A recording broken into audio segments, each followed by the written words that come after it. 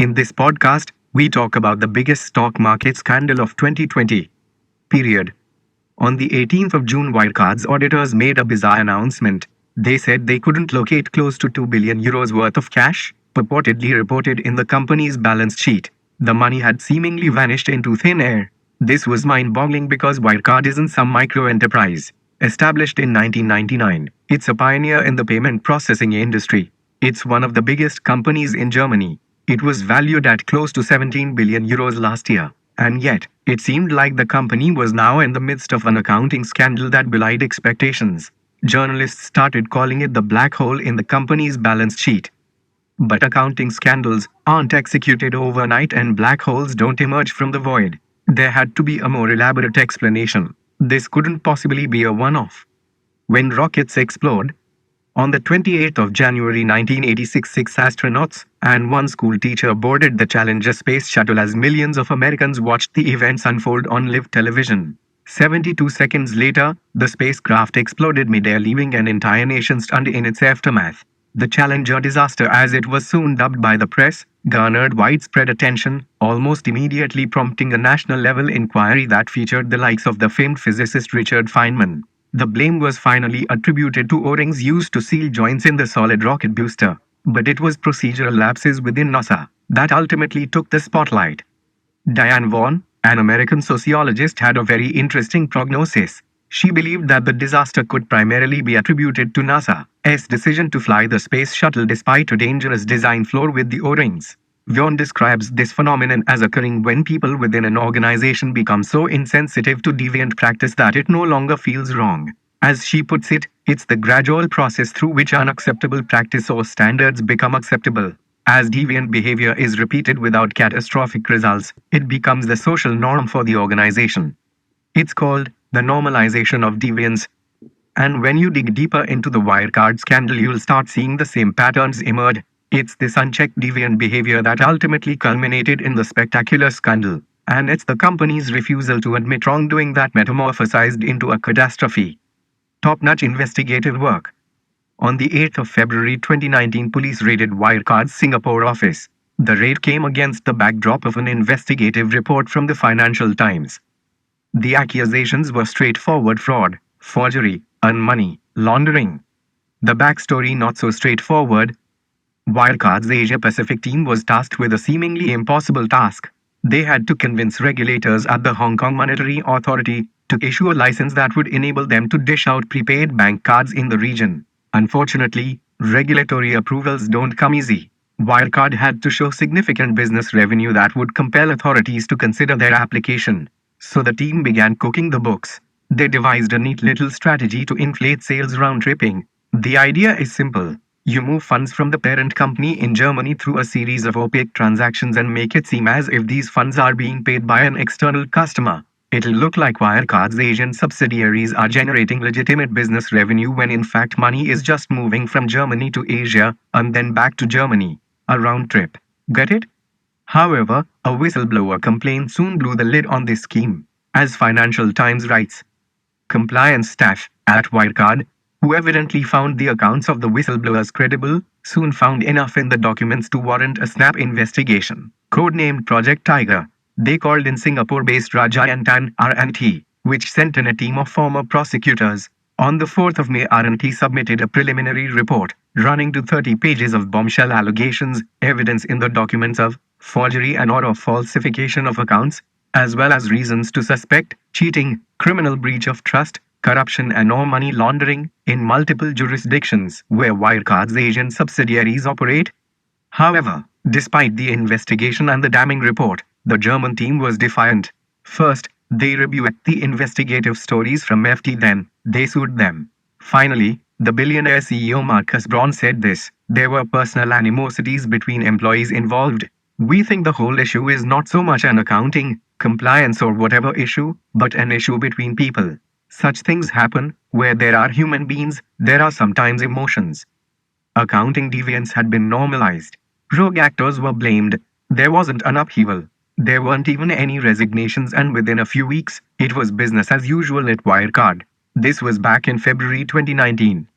But unbeknownst to the top executives at Wirecard, the reporters at FT were working on another bombshell report. They weren't going to take this indignity lying down. They wanted to cripple the CEO's narrative altogether. They were out for blood. Problem Partners Times. Wirecard started out in 1999 by processing payments for gambling on adult websites. However, as the company continued to grow in size and stature, they increasingly tried to disassociate the brand from its inglorious past. It wasn't a good look for the company's corporate identity, but they couldn't wean off completely since these websites were cash cows, and prioritizing principle over monetary gains isn't something large multinational corporations are used to. So to get around these pesky little problems, these special clients were mostly referred to other payment processing partners called third-party acquirers. The third-party acquirers share a part of their processing fees as commission, and Wirecard gets a piece of the action. And by some accounts, these commissions alone were expected to contribute to half the company's sales back in 2018. Except there was one tiny problem. Some of these partners were, well, non-existent. Consider CoinPay International, a third-party acquirer incorporated in the capital city of Manila. This company had generated millions in revenues for Wirecard's Singapore business and was one of the few payment processors working closely with Wirecard. Yet when FT reporters visited the company address, they found a retired seaman living with his extended family of 12.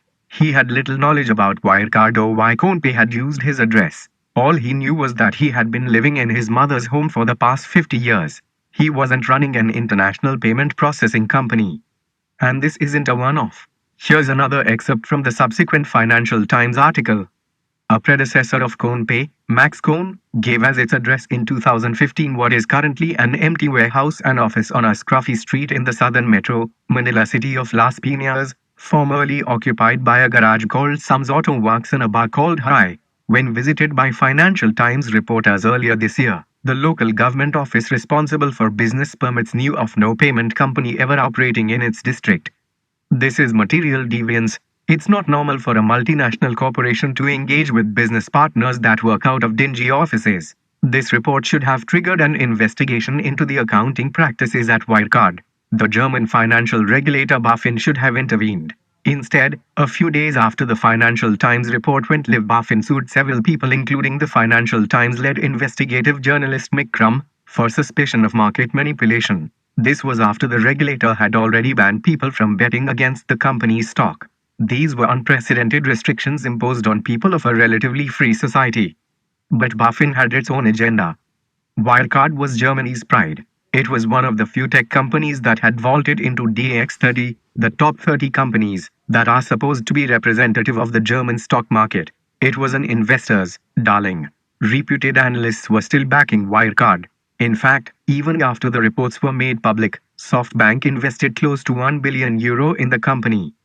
Unfortunately, as Financial Times kept probing, the erstwhile problem partners started showing up more frequently. Dubai, Ireland, India. They started popping up everywhere. Wirecard was now being accused of inflating sales and profits. The auditor's role was under scrutiny. Voices grew loud. Shareholders were angsty. The company was finally forced to hire KPMG for an independent audit investigation of its accounting statements. They needed a clean chit. The final nail in the coffin. The widely anticipated audit report was made available on the 28th of April 2020, but the findings were inconclusive. KPMG contested that it did not have access to multiple documents. It said it could not reach multiple TPAs and corroborate suspect transactions. But it didn't matter because, on the 18th of June 2020, Wirecard's auditor made their bombshell announcement. €2 billion worth of cash was now missing. 3 days later, Wirecard confirmed that the cash probably never existed. After fudging numbers, cooking books, and putting up with procedural lapses for multiple years, the chickens had finally come home to roost. The catastrophe had unfolded. Felix Heufeld, the president of BaFin, said the scandal was a complete disaster and a shame for Germany. The CEO Markus Braun was arrested. Meanwhile, Financial Times was vindicated. They wrote 40-plus articles covering the issue, detailing every suspect transactions, traveling to remote locations and fighting multiple lawsuits. They went above and beyond the call of duty to get to the bottom of this story. And I'm going to sound cheesy saying this, but I'll say it nonetheless. No matter what you do and what you think, truth alone triumphs. Satyamev Jayate. This is one of the biggest stories of 2020, and that's saying something. So before you leave us, remember to share this story on social media with your friends, family, loved ones, acquaintances, and that neighborhood uncle. Thanks for watching this video. Be a part of our ever-growing community. Please like, share, comment this video. Press the bell icon to get instant updates from our channel.